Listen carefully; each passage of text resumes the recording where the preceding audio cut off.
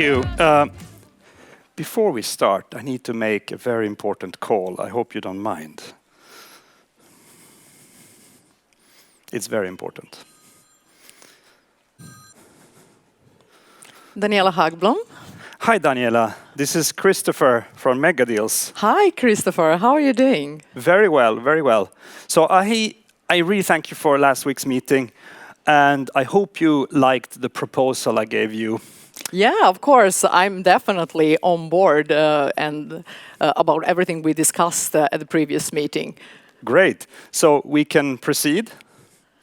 Yeah, as I said, I am on board. But Christopher, before we proceed, I need to talk to my boss, Svante, and discuss a few points of that meeting with him. And also, I got some questions via email from our head of legal and also head of IT security.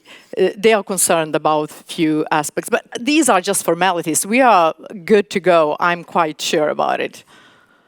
Okay, but can we book a meeting like Tuesday? Christopher, I need to go. I have a meeting in 3 minutes, so I will get back to you. Okay?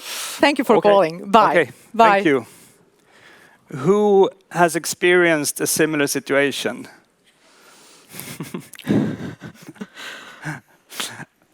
So we will talk a bit about that. Oops, Daniel, I need to log in. So the most common mistake we see, especially from junior and medium senior salespeople, is that they underestimate how many stakeholders we need to engage. It's by far the most common thing. And it's especially common. I mean, it already starts when you're selling to an organization with a few hundred employees. But when you also sell to an organization with even several offices, maybe around the Nordics or around the world, it starts to be a very tricky game. And one thing that we have discovered is that most organizations talk too much about their products. The slightly better ones are pretty good at articulating the customer pain, and then they sell a product or a solution. But when selling to larger organizations, and as I said, that is already a few hundred employees and up, decisions are layered. So if you use the problem-solution dialogue, you end up with Stefan. Stefan is sitting on floor -5. It's very low ceiling, and there's under the parking lot, so it's kind of oil dripping still. The EVs are not fully deployed. And when we're flushing above, it's like, you can hear it in his room. He's got 3 big screens. He's super keen on knowing all the details about your product. And if you're using that pitch, and I can assure you, you probably have experienced this, most of you, but you might not have put your finger on it. If you run that pitch with the CEO or some VP, etc., they'll say, talk to Stefan. They say, yeah, great. Maybe interesting, but Stefan is responsible for that in our organization. And it's very hard to get Stefan to sell this up in the organization. We're very obsessed with finding personas. I'm not saying those are not important. But when selling to larger organizations, the hierarchical differences are more important. And I can talk about that for days, but personas can actually also stretch decision makers apart. But that's not today's topic. So one of the things you need to do, and we can't cover this at length, but you need to layer the communication so it fits the hierarchical levels. So if you look at this as a heat map, the top half is what you need to talk about with the senior decision makers. And the below half, this is a very rough division. The lower half you speak to Stefan about. And a lot of, some of you might come from SaaS companies, etc. What I see SaaS companies that do, they use the same method when they sell to SMBs as when they go to big enterprises. And then you end up in the basement. This is one of my favorite topics, and we run workshops around this. Another way to see an organization like this is to see it as a stakeholder map. and this is very abbreviated, but we always use an intelligent stakeholder map where we map out the right people on the right level, but we also keep intelligence around them, a bit like CIA. And as I said, when we do this with our clients, it's almost always the case that you speak to 3-4 people, but we know that there are 37 people on various functional areas, various hierarchical levels that need to say yes or at least be neutral. Can you relate? So when does the Megadis discipline apply? It's born out of multi-billion-dollar deals. Christer's actually part of the book, for example.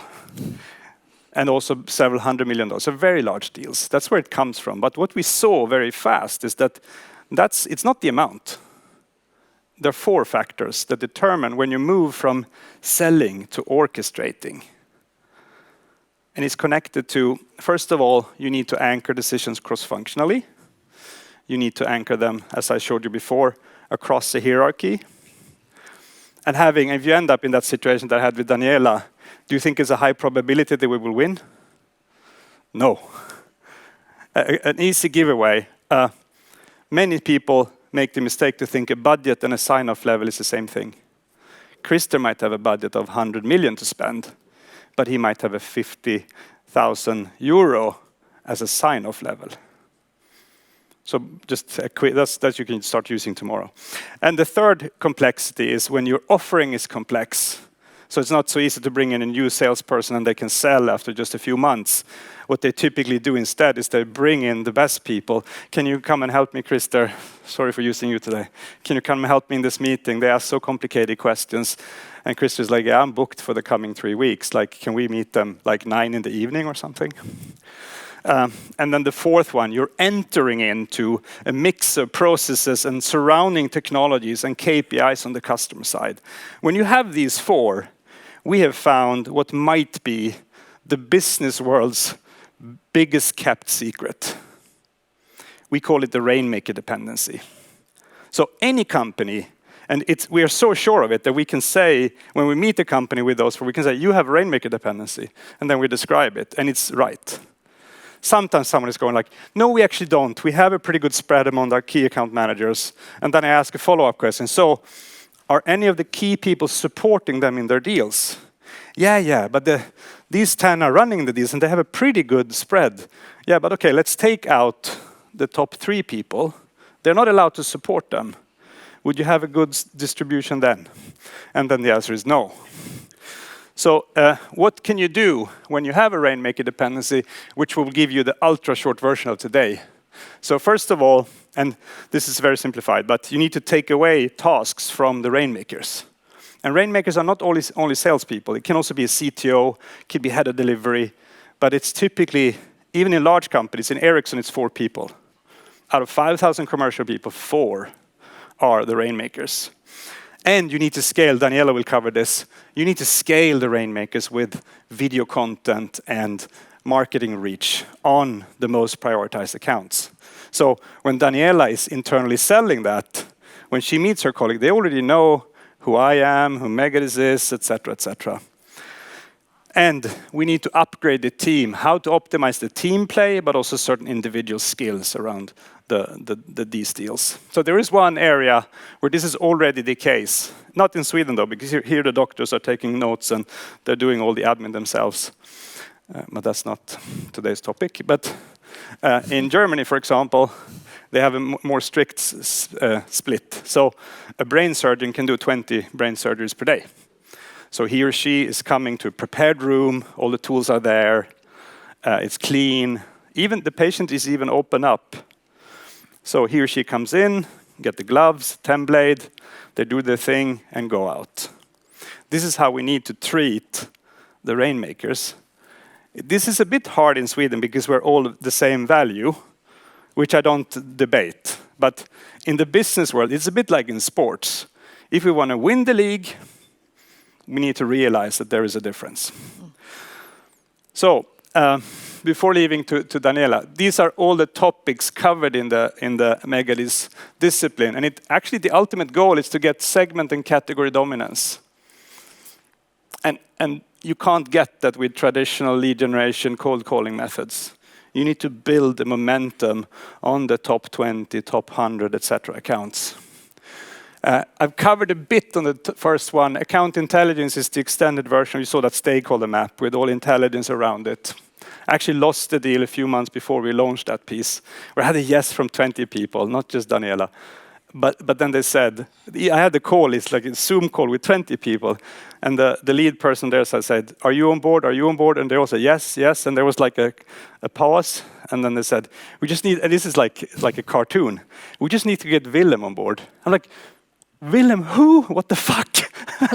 That's the head of Europe. I had missed him because I didn't have this stakeholder map. And then video creation, and you also need to use targeted media that you purchase, that I will cover a bit, and Daniela will go through some social selling tricks. Skills we won't cover, individual skills we won't cover, and she will show you some really cool AI stuff as well. Anyway, over to you, Daniela. Thank you. Yeah, so Christopher presented quite complex mix of methods and different strategies we use in Megadeals Advisory in order to scale Rainmakers. But in the next minutes, I'm going to focus on media tools that you can use in order to make your top performers perform even better. And I think there is no better way to describe how media really can enhance your performing skill and make your reach much bigger is then using this analogy. Hollywood effect. Divorce, cheating, weight loss, all these are quite trivial topics. You will probably agree with me. And most of us, we go through this at some point in our lives, or at least know someone who experienced this. So the topics are not interesting per se, but the people who the topics are connected to are very interesting. We call them celebrities. In business, we call them rainmakers. So if I would tell you that Maria X from Kalmar got divorced yesterday because her husband was cheating on her, you wouldn't care, neither about Maria or the story. But if that happens to these people, then you suddenly carry. In the same way, like Maria is your sister, colleague, or someone you care about. The difference is that you probably never met these people and you will never meet them. But thanks to the media exposure, your brains are tricked into something called familiarity principle. So you believe subconsciously that you know them, and that's why you start paying attention and caring. And it's the same in business. If you use media in a very efficient way, then you can create this Hollywood effect around your rainmakers that will, in the easier way, open the doors to important stakeholders, decision makers, etc. And how we do that in Megadeals Advisory, we use two strategies. One is purchase media, another is organic media. We don't have time to go into details about all layers within those two media categories, but we will just touch upon the most important points connected to them. And it would be very unfair if I stand here and tell you more about purchase media when I have a man who is the father of IP targeting. So I will give you, Christopher, the word to present purchase media and how we use it at Megadeals Advisory. And then after that, I'm going to share some very concrete tips that you can use in your social selling here and now, directly after this event. Okay. Perfect, thank you. Here you are. So the effect you want to create, and I can give you a story. So in one company, we wanted to sell to Maersk, the big Danish shipping company, actually Denmark's biggest company. So we were targeting them with purchase media that you see here, both Maersk as a whole organization, certain individuals. We even looked up where Ann Uggla lived. She lives at Östermalm, one of the biggest owners, and we ring-fence her with a geofence. So we started to massage them with media, and we even wrote specific content to get their attention. But we didn't reach out through email or phone or anything. Eventually, they called us and wanted to have a meeting. And when we went down to Copenhagen, it was myself and 2 other people. Normally, and this company was 25 employees, so relatively small. So normally, you come to the reception, you sign in, they come a bit late, and they don't call me Christopher, they call me Christian, and then they, mix up the company name. But this time, there was 12 people waiting for us in the reception. I mean, this is like our version of Ericsson. So they're waiting in the lobby, 2 from the C-level, 2 VPs and 8 other people. We were already signed in, and they knew us by name, not just the company, but me and my 2 colleagues. So we didn't have to present each other. And by the coffee machine, one of them said, "We're so grateful that you guys came." And I started to laugh, like, this is a hilarious comment. But then I saw his face was dead serious.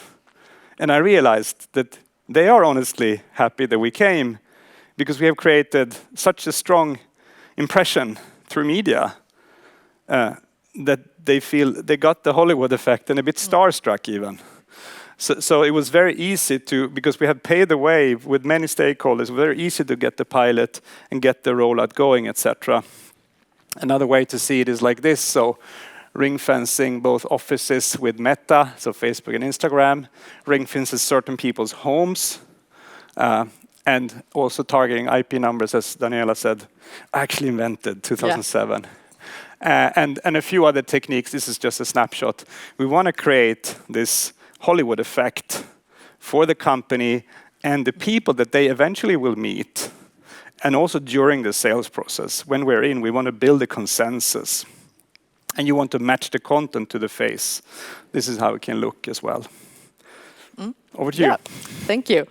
So, purchased media, it has a really great effect when you use it efficiently.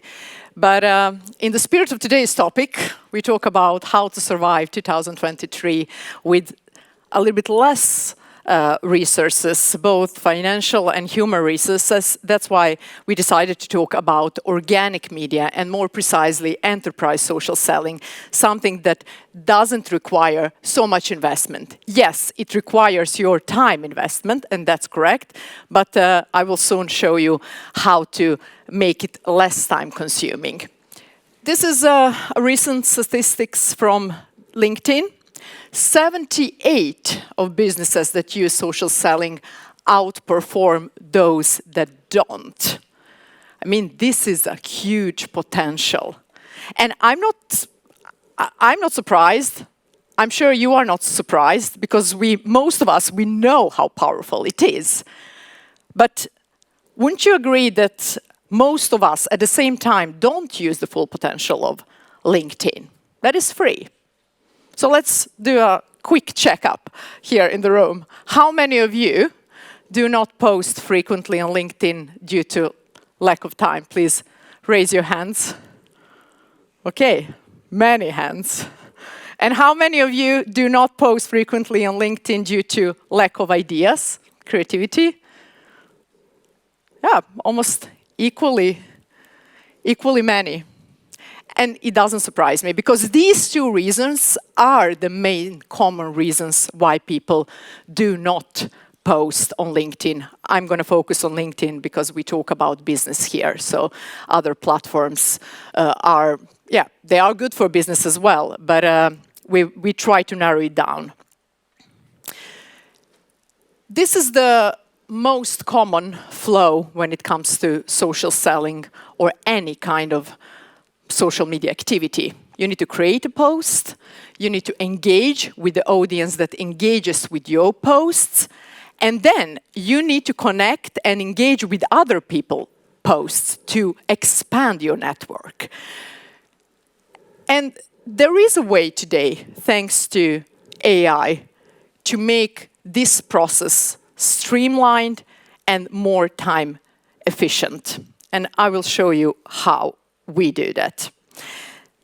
When it comes to creating a post, the most common problem most of us face is like starting from a blank page.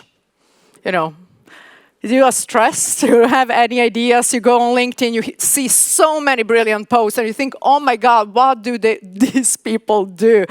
Do they work? How do they have time to write such a long and brilliant posts on a daily basis or weekly basis, whatever? So, I suggest let's keep this blank page moment and start from a ground which is AI generated. And that's what AI is for today, not to take the material, AI-generated material, and copy-paste it, is to get a solid base and then put your personal touch on it. There is one tool, I will share my screen now just to show you how it works, called Taplio. Has anyone heard about this program Taplio before? You? Good. So I'm sure this is not the unique one, and it's not like I'm advocating for using this particular one program, but I needed to give you a concrete example and show how it works in practice. So please feel free to find the one that works the best for you. What you can do here, when it comes to creating content, you can choose 3 paths to avoid skipping this blank page moment. One is going to this, can everyone see what is on the screen? Yeah, good. AI-generated content. Look at this now.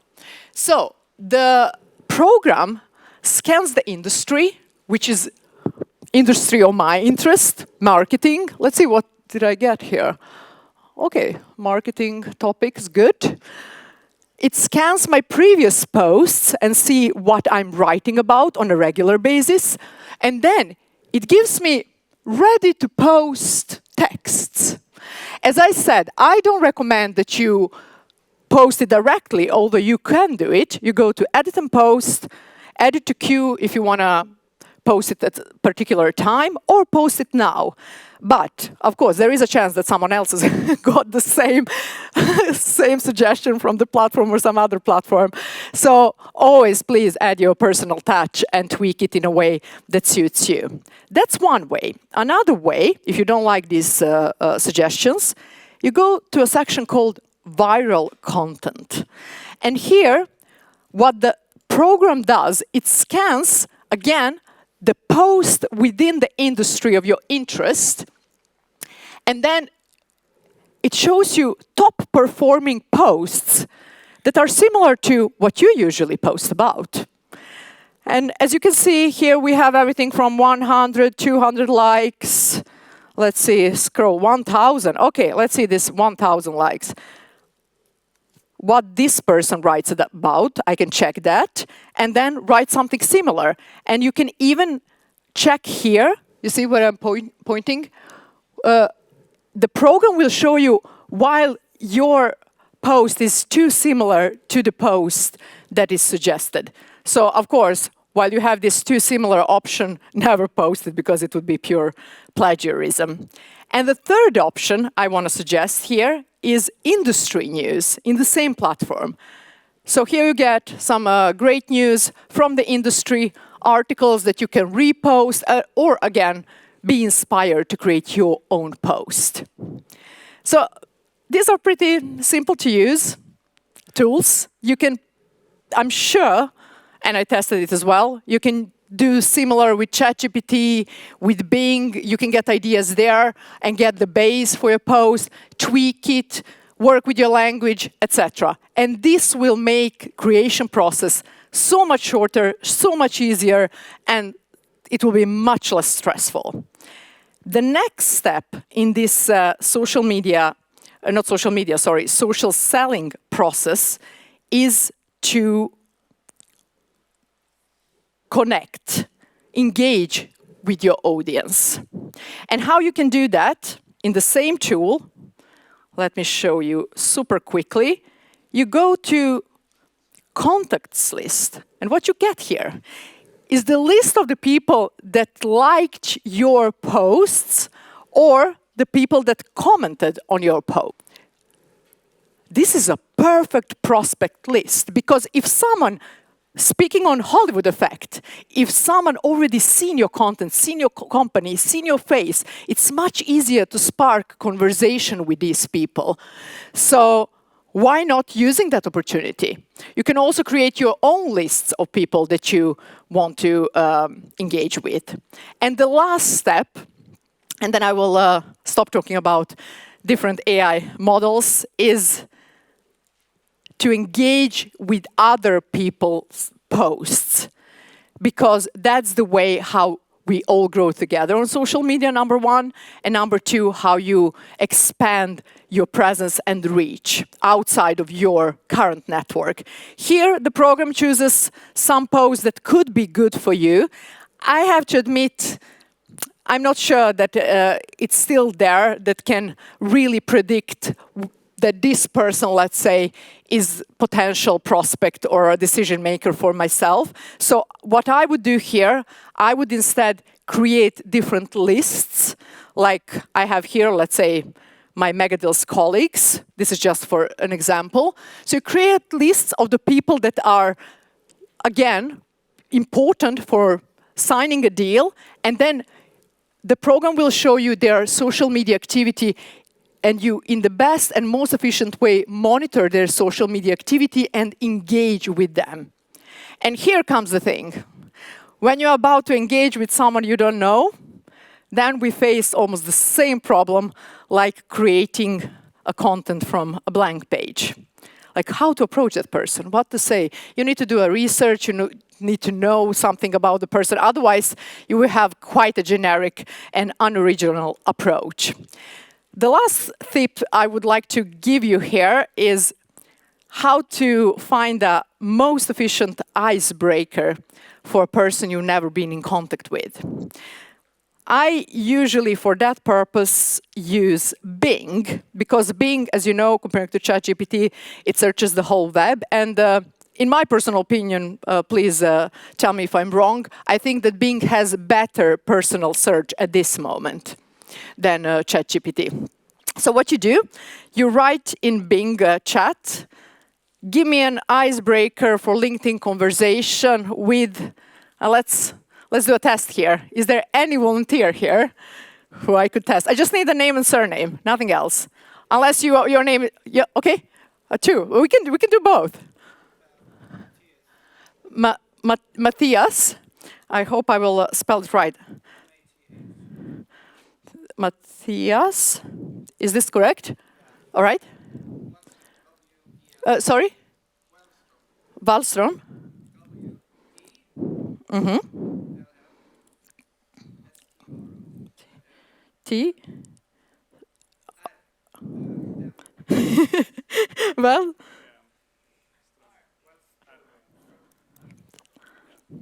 Is it Wallström? Is this correct now? Yeah? Okay, I have to say, when we have a name and surname, which is quite common in Sweden, then it can happen that it finds a person with the same name and surname, but we'll see.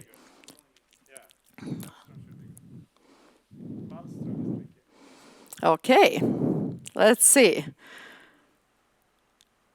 Social media specialist with experience in organic social strategy and social listening platforms. Is that you? Trib? Founder of Trib? As I said, in that case, it's better to write the company name if there is a chance that there is the same person.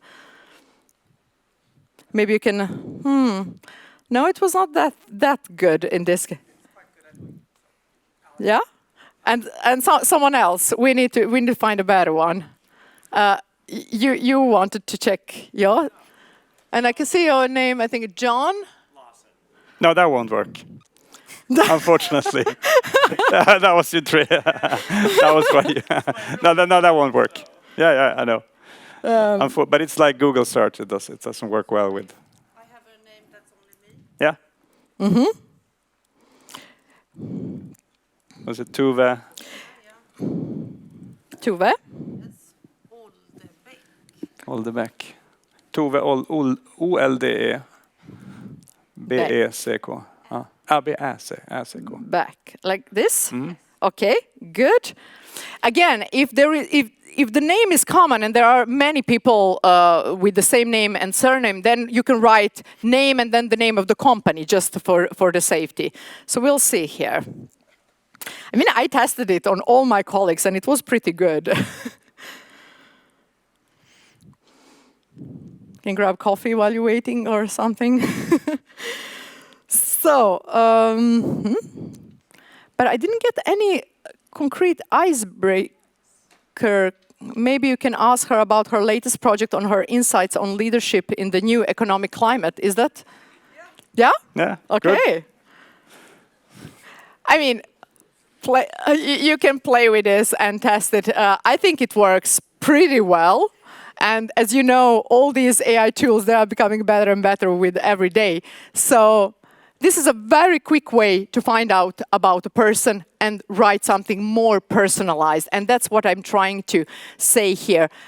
By using these tools, you make it more time efficient, you appear to be more creative, and it gives you more space to be more personal.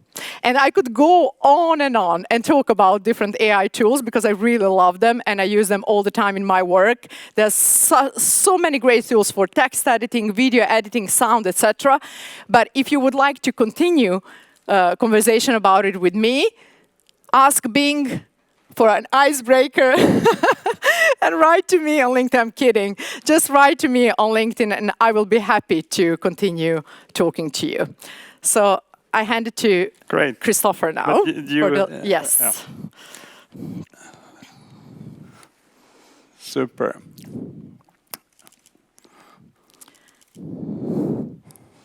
Great. So we have covered the light version of some of the topics, but we will both give you the chance to get the book and also a secret link to our video content page.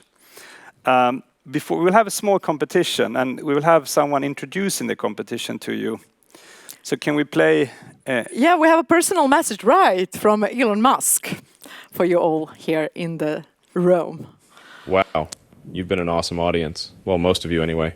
Christopher and Daniela, next time you bring up a discussion about AI tools, you better invite me to share the stage with you. Now I have a question for everyone. So, why are you interested in reading the Mega Deals book? Thank you, Elon. Thank you, Elin. Thank you, Elon. So, we will have a competition, and now the question is, as you maybe heard... we just commented that this was also AI synthesized voice, but I guess you got that. Exactly. So, the question is, I'm sure not all of you, but those of you who are interested, why would you want to read the Mega Deals book? We have 10 copies with us. And you can point your camera at, and choose Daniela, because I have a luxury problem. I have exceeded the amount of contacts you can have on LinkedIn. Yes, that can happen. But add Daniela and write a small motivation why you would be interested in the book. And then the winners will be on a list in where you put your clothes. So, and we will write back, well, Daniela will write back to you and say if you won or not. Yeah? Yeah. So we will send you a message if you won the book, and then you can pick up the book in the wardrobe. Did you say? Yeah, the wardrobe, exactly. And this is a link to a video page that we normally only hand out in meetings, but if you're interested, quite a lot of inside content is there. Also point your camera. And that was all from us. I think you got some useful things to use tomorrow, and also some things to think about. Thank you so much. Thank you so much.